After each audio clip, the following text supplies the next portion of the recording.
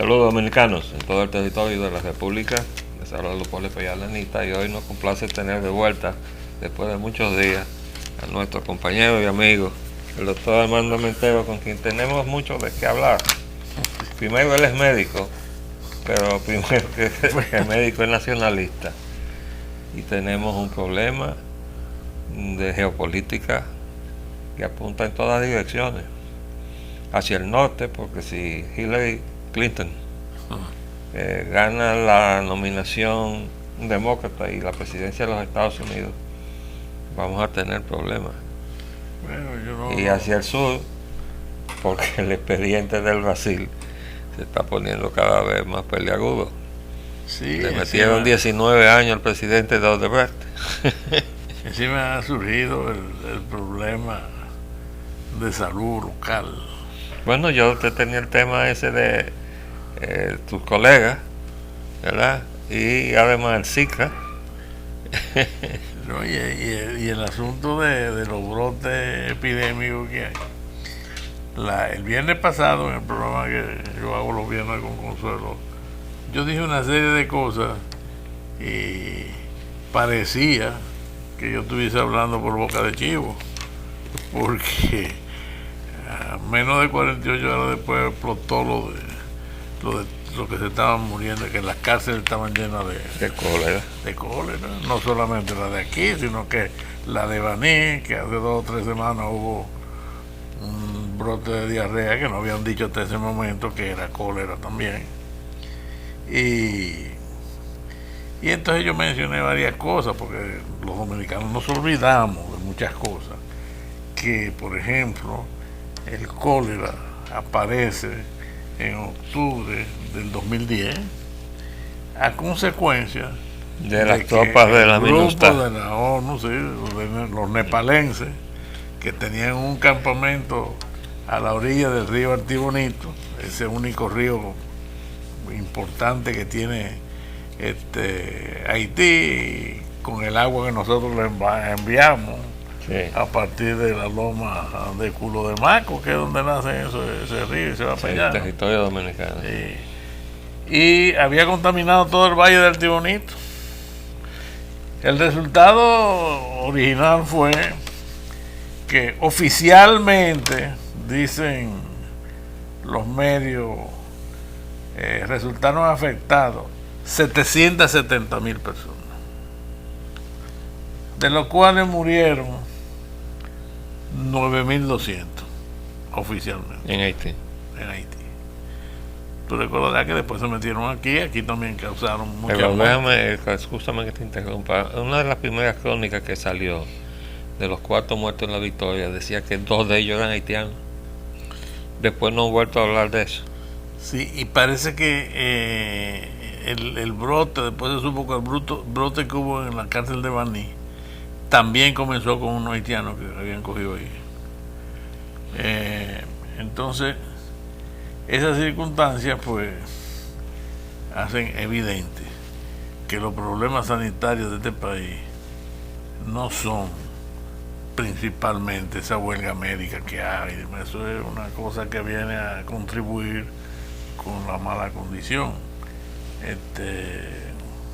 Pero te perdono, para que me haga el favor de referirte a eso. El otro día yo vi que salió en la prensa que habían descubierto una banda que traía haitianas a dar a luz aquí. Y la pregunta que yo me hago es ¿por qué los atienden aquí?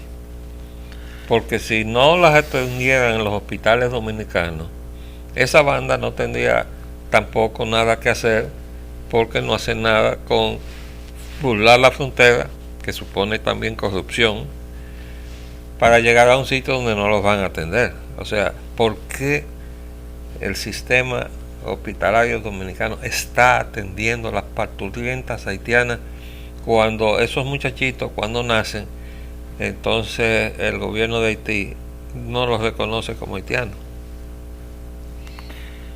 Dice que y los organismos internacionales se ocupan y se preocupan de una y otra vez decir que esos son ciudadanos dominicanos, que hay que darle la nacionalidad, y empiezan a alegar una serie de Porque cosas. nacieron aquí. Sí, que nacieron aquí, pero que eso sea, y cuestiones y leyes y reglamentos y constituciones de otros países quieren endilgarnos a nosotros, porque Bueno, la legislación nuestra no mira eso de esa manera. pero lo que no tenemos ninguna explicación posible es por qué los hospitales dominicanos están abiertos a que esas parturientas haitianas vengan aquí. Yo le he hecho esa misma pregunta a médicos que están trabajando en los hospitales, sobre todo en la zona esa, y me han dicho, bueno, pero es que nosotros como médicos no podemos rehusar la atención de un ser humano, que es una cuestión un poco acomodaticia, decir, no, que como vienen y necesitan que le hagamos el parto o lo que sea, y nosotros como médicos no podemos. Es algo que se ha proclamado, por así decir, de una Por el manera. juramento hipocrático. Debe de ser, aunque Y sería interesante averiguar si esos médicos están en huelga ahora con Deben la estar. consigna del colegio médico. deben estar, y deben de estar cobrando a pesar de no trabajar. Bueno, entonces, si están dejando de lado el juramento hipocrático para eso, debían dejarlo para preservar a su país de una invasión que se estaría legalizando en la medida en que esos muchachitos nacen aquí y se documenten, entonces le den alguna constancia en el hospital de que nacieron aquí. Bueno, para eso sería necesario que en nuestro país se respetaran las leyes, se respetara la Constitución, y los propios dominicanos tomaran en serio los problemas del país. Es igual que los problemas que hay en la Universidad de Santo Domingo. Tú sabes que la Universidad de Santo Domingo desde hace muchos años es un centro de actividades políticas más que de aprendizaje. Y tú fuiste de los que originalmente, con la mayor parte de los profesores de la universidad, optaron por salir de ahí y fundar una universidad nueva. No, yo no soy parte de eso. Yo pensé que tú eras... A mí no. Óyeme, ¿cuál fue mi historia ahí? Cuando los trujillistas mataron a Trujillo por órdenes de la CIA, que a su vez las tenía de la plutocracia del norte, persiguieron a los trujillistas. ¿Quiénes fueron los que se cambiaron rápidamente? Y eso se vio muy dramáticamente en la Facultad de Ingeniería y Arquitectura de la Universidad Autónoma de Santo Domingo. Los principales contratistas de Trujillo. El único suspendido en la Facultad de Ingeniería y Arquitectura por trujillista fue Paulín Espaillat. Y yo tenía 31 años. Ahí se quedaron José Antonio Caro, ese perseguido de la tiranía. Se quedó Guillermo González, que ha llegado a ser símbolo de la arquitectura dominicana gracias a que fue el arquitecto de Trujillo. Ignacio Guerra, Bebecito Martínez, que construyó todos los ¿cómo se llama? Todos los campos de pelota, los sí, estadios. Los estadios de béisbol. Sí. Los hizo Bebecito Martínez, pero pasó a ser perseguido de la tiranía. El único... el Bebecito era el perseguido de la tiranía. ¿O se quedó? Él no fue suspendido. Es que el único suspendido, el único profesor suspendido por trujillista junto con Balaguer en la Facultad de Ciencias Jurídicas fue Paulín Espaillat. Entonces, por eso, porque la vida es así, muchos años después, ese grupo que me sacó por trujillista, en el 65 yo venía por ser uno de los organizadores del movimiento constitucionalista, trujillista, y yo volví a la universidad, fui vicedecano, y todo ese grupo se fue. Ahí se fueron gente que yo apreciaba mucho, como mi profesor Ramón Báez López Peña, José Ramón Báez López, que es uno de los mejores maestros que he tenido, porque él tenía la vocación de enseñar. Es el único profesor que yo vi que miraba el curso y se daba cuenta que no lo habían entendido. Y se volvió otra vez a la pizarra y repetía lo que habían explicado. Es el único que yo he visto hacer eso.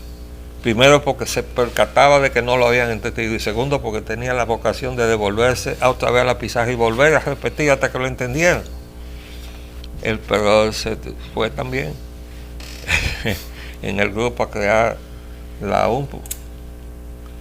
Pero desgraciadamente la vida dominicana es así. Vivimos de parodias. Y yo escribí entonces un artículo que lo titulé así: El único trujillista. Y dije cómo me habían suspendido por ser el único trujillista que apareció en la facultad. Y se quedaron fulano, Perencejo, Sutanero. Entonces puse la lista de todo lo que se quedaron. Yo no los maltraté, simplemente dije que se quedaron. Y todo el que lo conocía decía: ¿y cómo se quedaron? Si esos eran los principales contratistas de Trujillo. Bueno, porque eso fue lo que se hizo aquí. Aquí se hizo una parodia de antitrujillismo. ¿Y quiénes presidieron cuando sacaron a Balaguer? Así presidió Bonelli, Rafael Filiberto Bonelli. Pero él fue rector de la Universidad de Trujillo. Fue ministro, que entonces no era ministro, era secretario de Estado de Interior y Policía. Sí, y fue embajador de Trujillo en Venezuela. Y se dice que... en España. Y gente muy apreciada por mi familia también. Y por pero eso no fue óbice para que mi madre, con un derrame cerebral en una cama, se le quitara la pensión que tenía. Ese grupo, ¿tú sabes quién más estaba dentro del Consejo de Estado que le quitó la pensión a mi madre? Monseñor Eliseo Pérez Sánchez, que lo tengo retratado como diputado de Trujillo en la sala de la Cámara de Diputados, sentado al lado de mi madre. Pero él fue de los que le suspendió la pensión.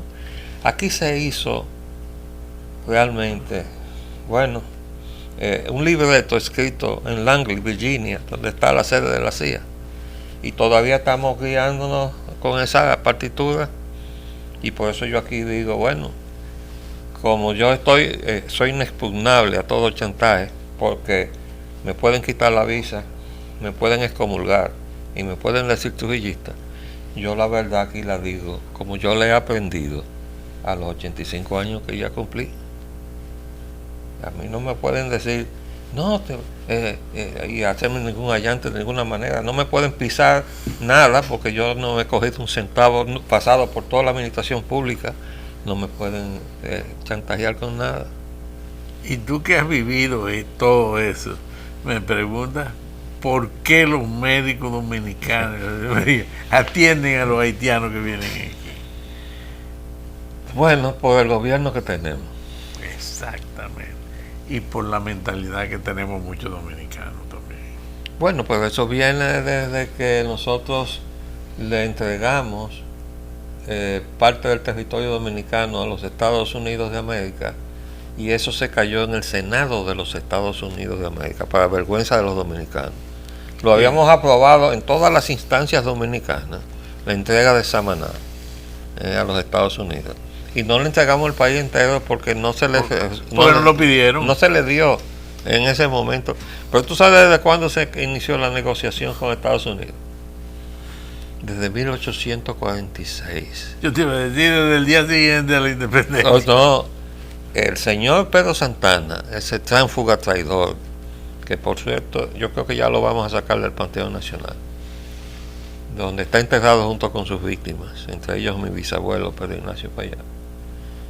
Ese señor era afrancesado en 1844, pero en 1846, 2 años después, estaba negociando con el gobierno de Estados Unidos, al punto que aquí vino John Dixon Porter, un ingeniero de la Marina de los Estados Unidos, enviado por el presidente Polk de Estados Unidos, a evaluar este país, a ver si valía la pena las negociaciones que le estaba proponiendo Pedro Santana.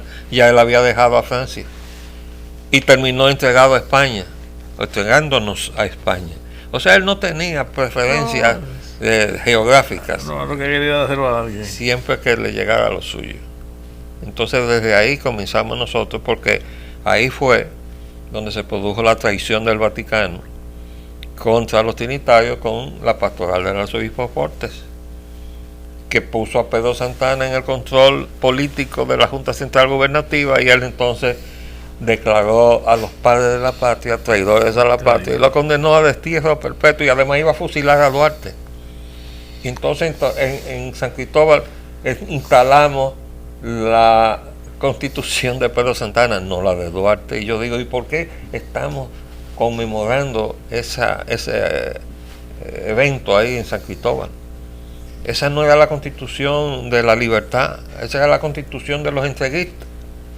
Pero así nacimos, y hemos venido tropezando a lo largo de nuestra historia con nuestros propios pies, gracias a que el camino está tamizado de cosas por el estilo.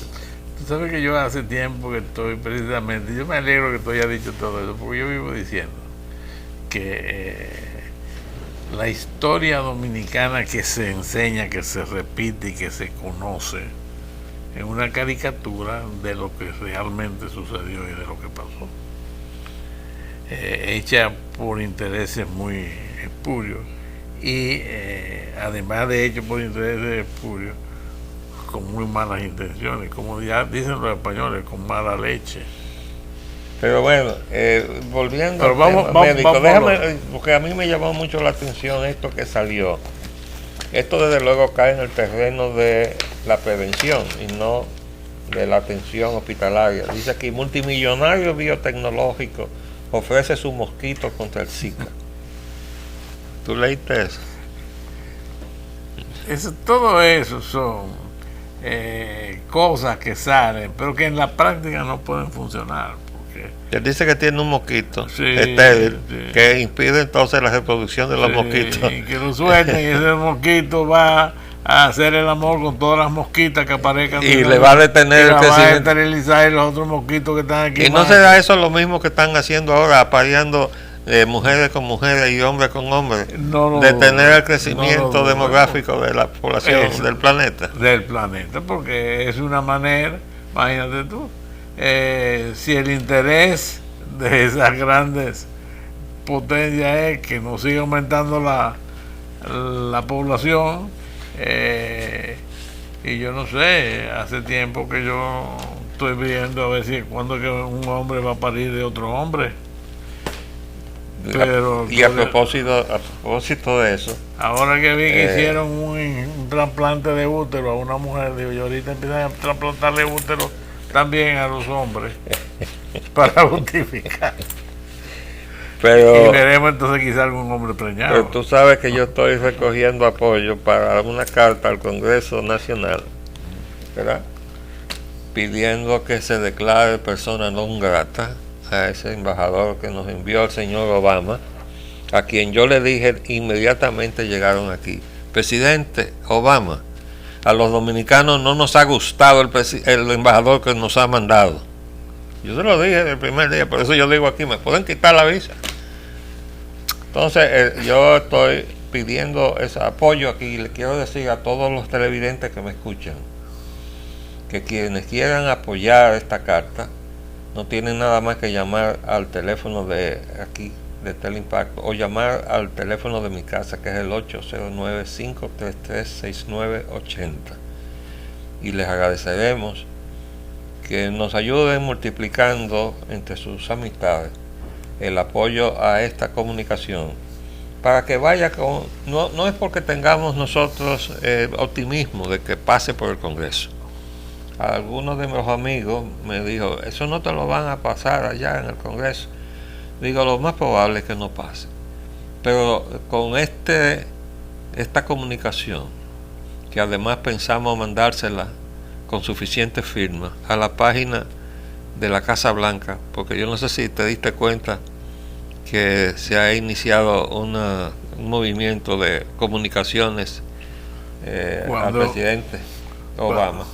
Cuando venía ahora, estaba oyendo por radio, que eso ha sido un escándalo tan grande que ya en las pocas horas que hace que se puso tiene miles de apoyo. Pasan ya de 10,000 las personas que han suscrito. Y que en los Estados Unidos parece que hay una ley, una regulación, una norma que si llega a 100.000 el número de peticiones que se le hacen al presidente, el presidente no puede ignorar eso. Tiene que por ley darle una respuesta a eso. Qué interesante, yo no sabía ese detalle. Yo tampoco, lo acabo de oír por la radio. Bueno, pues gracias a eso, pues yo creo que no nos van a dejar pasar desapercibidos en cuanto a que no estamos conformes con que se vengan a llevar de encuentro la soberanía de la nación, porque lo están haciendo de todas formas. Han entrado, ¿verdad?, en conflicto. Lo primero que hizo el embajador fue que se metió en la Junta Central Electoral a protestar de que no se le estaban reconociendo sus derechos a los haitianos que están aquí.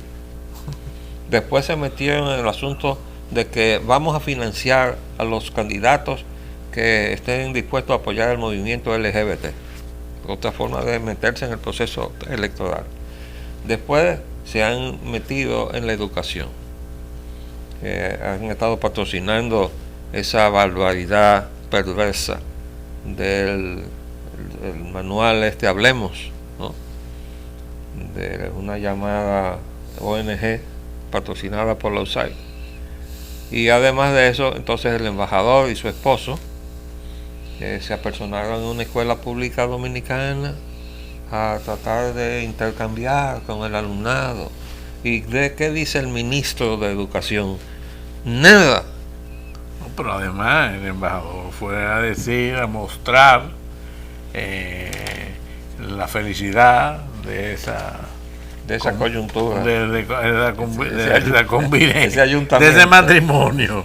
No, de ese matrimonio, porque se casaron, para venir aquí se casaron. Entonces, la felicidad que ellos mostraron, coyuntural, sí. Lo bueno que dos hombres se junten y formen una familia. Sí. Si es que eso se puede llamar familia. Bueno, de todas maneras, estamos viviendo un momento muy especial en el mundo, ¿eh? Y yo creo que los norteamericanos se van a sacudir de eso en estas elecciones, porque ese señor Donald Trump, a quien todo el mundo cogió de chiste, resulta que recoge la manera de pensar de la mayoría de los norteamericanos. Y su posición ha resultado atractiva para una gran mayor proporción del pueblo norteamericano. Y yo pienso igual que tú, que si las cosas siguen como van, va a resultar el próximo presidente de los Estados Unidos. Y nos salvará de la posibilidad de que ahí llegue Hillary Clinton. Porque si esa señora llega ahí, los dominicanos vamos a tener muchos problemas. Y los haitianos van a ver desaparecer su mina de oro de manos de el hermano de esa señora. Yo he venido observando, y tú tienes siempre muchas informaciones sobre eso, y sería interesante que nos ilustres las informaciones que tú tengas, porque se está tratando de formar un gobierno, pero ya en la prensa yo noté que hay una resistencia a lo que se estaba formando, y además no he visto que el grupo de candidatos que se ha puesto de acuerdo en formar lo que llaman el G8 y ha estado influyendo en lo que se está haciendo de la gran masa marginal o marginada de los haitianos frente a lo que había sido el patrón de dominación de la élite entreguista. Ahora se está denunciando, dice, las ONGs que han llegado a Haití se han encargado de lucrarse a costa del pueblo haitiano, y eso es verdad. Entre ellas la ONG del señor Bill Clinton, que recibió fondos del Departamento de Estado siendo su esposa secretaria de Estado. Bueno, esos fondos no llegaron nunca al pueblo haitiano. Bueno, incluso déjame decirte, hay una nota que yo, cuando comenzamos a hablar del cólera, Los propios organismos internacionales determinaron que se necesitaba una ayuda de 2.200 millones de dólares para poder parar el cólera, según IVA. De esos 2.200 millones de dólares... Eso es actual. Sí, ahora, a partir de cuando comenzó y se desarrolló el cólera, comenzó en el 10, pues, sería en el 11, en el 12, solamente contribuyeron los que dijeron que se necesitaban 2.200 millones de dólares, solamente contribuyeron con el 13% de esa suma que se suponía que era la que ellos decían que era necesario. Por eso no solamente no se pudo parar ese proceso, sino, y esto sí es noticia muy actual, en lo que va de este año, ya en Haití han habido más de 6.000 casos y están muriendo oficialmente 37 todos los días nuevos. Bueno, y yo quiero repetir que la primera información que salió sobre los 4 muertos de la Victoria decía que 2 de ellos eran haitianos. De manera que eso lo han silenciado después, pues porque no se puede hablar de que los haitianos son un problema en la República Dominicana, porque aquí los medios de comunicación han sido cooptados por la conspiración antidominicana. Pero de todas maneras, vamos a seguirle el rastro y quizás desde aquí podemos contribuir. Seguiremos conversando sobre todo esto. Yo quiero reiterar a todos los televidentes que los que quieran apoyar el reclamo al Congreso, aunque el Congreso no lo apruebe, así quedamos entonces claros de que si el Poder Ejecutivo ha traicionado al país, el poder político, el primer poder es el Congreso. Claro. Lo ha traicionado también si no asume su responsabilidad. Les habló Leopoldo Payalanita. Hasta luego.